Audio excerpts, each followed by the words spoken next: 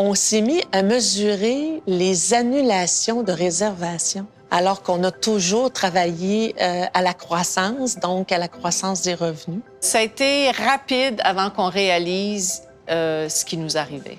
Retrousser les manches, le mot est faible.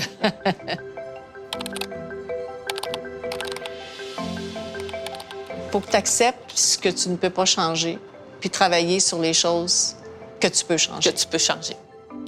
C'est pas le résultat d'une mauvaise décision. Non. Alors, il faut, à tous les jours, reprendre contact avec l'environnement, voir ce qui se passe, puis s'adapter au fur et à mesure.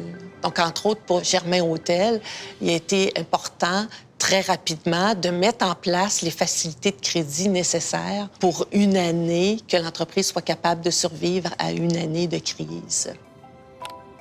Alors, la COVID nous permet d'essayer des nouvelles choses. À titre d'exemple, on a mis sur pied un système d'enregistrement automatisé des invités quand ils arrivent dans les hôtels. La COVID a fait qu'on l'a implanté très rapidement et on pourra décider si après on implante cette technologie dans tous nos hôtels. C'est important, particulièrement avec l'équipe de comptabilité, de remettre en question ce qui est fait et la façon dont c'est fait, alors qu'on doit, par exemple, développer des réflexes quotidiens pour le suivi des liquidités. C'est une façon d'exercer son agilité, de rapidement changer tes priorités, changer tes façons de faire et t'adapter. Une CPA, une Annie Landry, s'occupe très, très bien des chiffres, mais son rôle est encore plus important quand vient le temps de communiquer l'information auprès des différents prêteurs et investisseurs. On transmet notre information financière mensuellement, alors que nos ententes ne l'exigent pas. Et nos prêteurs apprécient beaucoup de recevoir l'information régulièrement. Et pas seulement de l'information financière, mais également de l'information concernant les opérations, concernant l'organisation dans son ensemble.